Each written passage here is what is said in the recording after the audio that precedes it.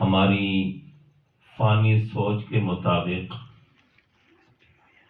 مشکلات بھی پیدا کر رہی ہو، ہماری سطحی فانی سوچ کے مطابق ہمیں نقصان بھی پہنچانا چاہ رہی ہو اور ہمیں نظر آ رہا ہو کہ یہ نقصان ہو رہا ہے، تو یہ بات ہمیں ذہن نشین کر لینی چاہیے کہ یہ ہماری سوچ کا غلط اندازہ ہے اور ہماری ناقص سوچ کی یہ خرابی ہے کہ ہم یہ محسوس کر رہے ہیں کہ سچ بولنے سے ہم مشکل میں پھنس گئے، اس لیے کہ محسن کائنات فخر موجودات محمد الرسول اللہ سب کو صلی اللہ علیہ وسلم ارشاد فرماتے ہیں الصدق ینجی، سچ بولنا تو انسان کو کامیاب کرتا ہے، نجات دیتا ہے۔ اس لیے ہماری سوچ کا دھوکہ ہو سکتا ہے، ہماری دماغی خرابی کا یہ اثر ہو سکتا ہے۔ اللہ کے پیارے نبی صلی اللہ علیہ وسلم کے فرمان میں جھوٹ ہونا تو دور کی بات ہے، جھوٹ کا تصور بھی نہیں کیا جا سکتا۔ آپ علیہ الصلوۃ والسلام کی زبان مبارک سے ہمیشہ سچ نکلا ہے، اور ایسا سچ کہ اپنے اور پرائے بھی اس بات کے معترف رہے ہیں۔ نبی کریم صلی اللہ علیہ وسلم مکہ مکرمہ میں نبوت کے اعلان سے پہلے 40 سال کا عرصہ آپ نے مکہ والوں کے درمیان میں گزارا، اور جب اعلان نبوت فرمانے کا اللہ کی طرف سے حکم ہوا تو سب سے پہلے آپ نے مکہ والوں سے یہی بات پوچھی کہ 40 سال کا عرصہ میں نے تمہارے درمیان میں نے گزارا ہے، مجھے بتلاؤ کہ آپ نے مجھے کیسا پایا ہے۔ تو مکہ والوں نے، حالانکہ مخالف تھے اور اعلان نبوت کے بعد آپ کو مختلف قسم کی اذیتیں دینے والے لوگ تھے، لیکن اس وقت تک وہ یہی بات کہہ رہے تھے کہ آپ تو سچے ہیں، آپ جیسا سچا کوئی نہیں۔ تو محسن کائنات صلی اللہ علیہ وسلم کی زبان مبارک سے ہمیشہ سچ نکلا ہے۔ آپ علیہ الصلوۃ والسلام کا ارشاد ہے کہ سچائی انسان کو کامیاب کرتی ہے، نقصان نہیں ہوتا، ناکام نہیں کرتی۔ اور اس کے بالمقابل جس چیز کو آج ہم نے چالاکی، چستی سمجھ لیا ہے کہ جھوٹ بول کر کے جان چھڑا لو، غلط بیانی کر کے اپنے وقتی مفادات حاصل کر لو، تو میرے بھائیوں، اللہ کے پیارے محبوب صلی اللہ علیہ وسلم کا ارشاد یہ ہے کہ وَالْكَذِبُ يُهْلِكُ، جھوٹ بلا آخر انسان کو ہلاکت میں ڈالے گا۔ جتنا بھی انسان اپنے زبان کی تیزی کی وجہ سے اپنے لیے وہ اچھائی کا راستہ ڈھونڈ لے اور بچاؤ کا ذریعہ اختیار کر لے، اگر وہ جھوٹ بول کر کے بچاؤ کا طریقہ اختیار کر رہا ہے تو وقتی طور پر اس کو بے شک یہ سہولت مل جائے، لیکن انجام اور مآل اس کا انسان کی ہلاکت ہے۔ دیکھیے، ہم ہر معاملے کا آخر جو ہے وہ ہم اس فانی زندگی کو سوچتے ہیں، جبکہ مسلمان کو یہ نہیں سوچنا چاہیے۔ یہ تو ایسا ہے جیسے ایک رات گزری دوسرا دن آ گیا، جیسے انسان کی زندگی کے شب و روز بدلتے رہتے ہیں۔ ایک آدمی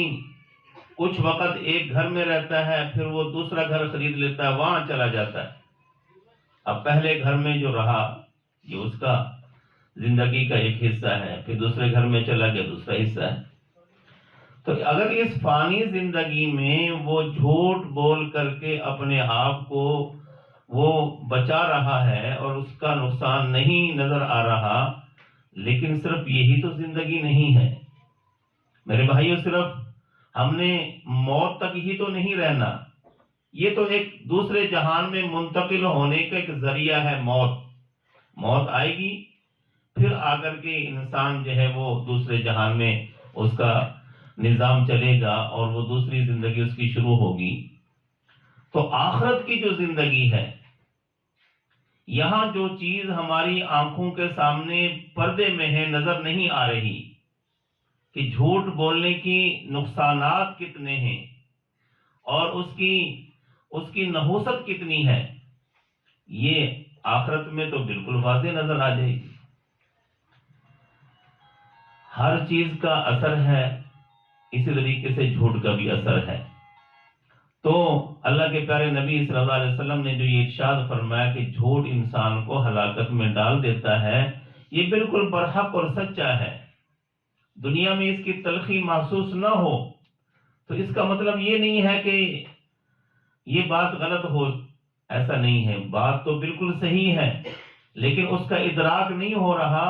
یہ ایسے ہی ہے جیسا کہ ایک آدمی بیمار ہے تو بیمار آدمی کو میٹھی چیز بھی کڑوی لگتی ہے،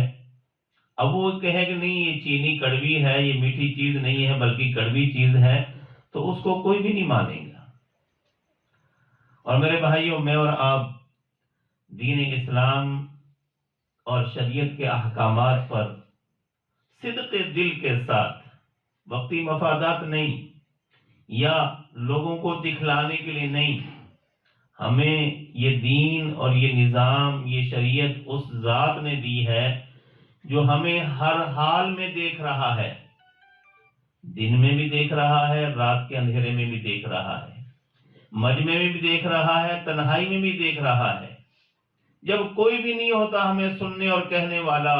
اور دیکھنے والا، اس وقت بھی وہ ذات ہمیں دیکھ رہی ہے۔ اس لیے ہم رات کی تنہائی میں جھوٹ بولیں یا دن کے اجالے میں جھوٹ بولیں، ہر حالت میں اس کے اثرات ہیں اور وہ نقصان ہمیں بلا آخر آخرت میں ہمارے سامنے آئے گا کہ تم نے دنیا میں کیا کچھ کیا ہے۔ اللہ کے پیارے نبی صلی اللہ علیہ وسلم نے ایک اور ارشاد میں یہ فرمایا، من یرید اللہ بہ خیرا یفقہہ فی الدین، اچھی بات پر عمل کرنا یہ اللہ کی مہربانی سے ہے۔ میں اور آپ نماز پڑھی، عشاء کی نماز ہے یا فجر کی نماز، اللہ ہم سب کو موقع نصیب فرمائے اور اسی طریقے سے نمازوں کا اہتمام کرنے والا بنائے۔ تو بھائی یہ میرا اور آپ کا کوئی کمال نہیں ہے، یہ اللہ کی توفیق ہے کہ انسان کو اللہ نے توفیق دے دی نماز بر وقت ادا کرنے کی۔ تو کوئی بھی نیک عمل کرنا، حتیٰ کہ جھوٹ برا کام ہے، اس کے بالمقابل سچ جو ہے یہ نیکی ہے، اچھا کام ہے۔ تو نیک عمل یہ اللہ کی توفیق سے بندے کو موقع ملتا ہے اور وہ اچھا کام کر گزرتا ہے۔ اللہ کے پیارے نبی صلی اللہ علیہ وسلم نے یہی بات سمجھائی کہ جس آدمی کے ساتھ اللہ بھلائی کا ارادہ فرما لے، اللہ اس کو دین کا شعور عطا فرما دیتے ہیں۔ جس آدمی کے ساتھ اللہ بھلائی اور اچھائی کا ارادہ فرما لے، اس کو دین کا شعور عطا فرماتے ہیں، دین کی سمجھ بوجھ عطا فرماتے ہیں، اس کے دل میں دینی جذبات پیدا فرما دیتے ہیں، اس کے دل میں اچھائیوں کو اپنانے کی فکر پیدا فرما دیتے ہیں۔ تو میرے بھائیوں، میں اور آپ یہاں جمع ہیں کچھ لینے کے لیے، اور آج کی یہ گفتگو اس کا حاصل میں چونکہ مختصر کر رہا ہوں، اصل خطاب تو مولانا ہمارے تشریف فرما ہیں وہ فرمائیں گے۔ تو آج کی جو گزارشات میں نے کی، اس کا حاصل یہ ہے کہ اپنی زندگی کا نصب العین بنا لو، سچ بولنا ہے۔ یہ سچ صرف بولنا یہ نہیں، بلکہ یہ یوں سمجھ لے کہ ہم نے نیکی کی ہے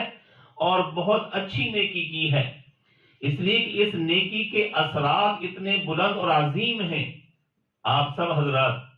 چونکہ تجارت پیشے کے ساتھ منسلک ہیں، اللہ کے پیارے نبی صلی اللہ علیہ وسلم نے ایک موقع پر ارشاد فرمایا، التاجر الصدوق الامین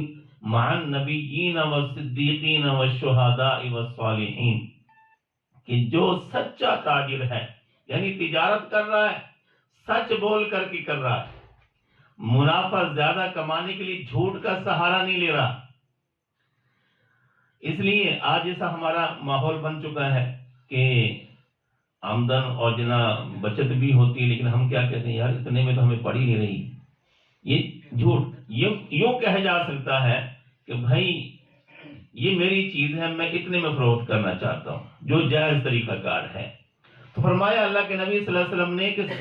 سچ بول کر کے تجارت کرنے والا انسان کل قیامت کو جنت میں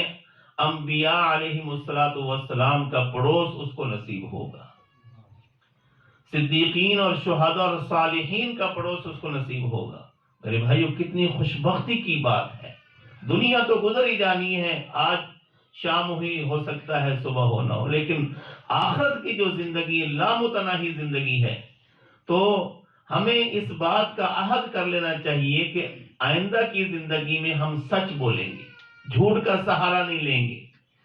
سچ بول کر کے اپنے تمام امور کو اختیار کریں گے۔ گھر میں ہوں پھر بھی سچ بولیں گے، بازار میں ہوں پھر بھی سچ بولیں گے، ہمارا نجی معاملہ ہو پھر بھی سچ بولیں گے، اور اگر ہمارا اجتماعی معاملہ ہے پھر بھی ہم سچ بولیں گے، اس لیے کہ یہ اللہ کا حکم ہے، اللہ کے پیارے نبی صلی اللہ علیہ وسلم کا حکم ہے، اور شریعت اور دین ہمیں یہی بات کہتی ہے کہ ہم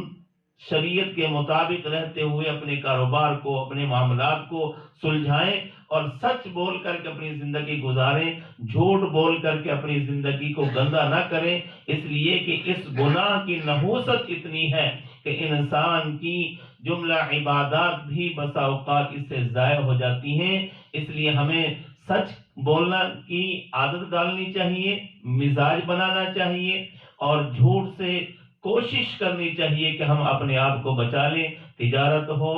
اور دیگر معاملات ہوں، گھر کے معاملات ہوں، سچ بول کر کے اختیار کریں گے تو اللہ رب العزت ہماری زندگی میں برکتیں عطا فرمائیں گے۔ اللہ مجھے آپ کو عمل کی توفیق نصیب فرما دے۔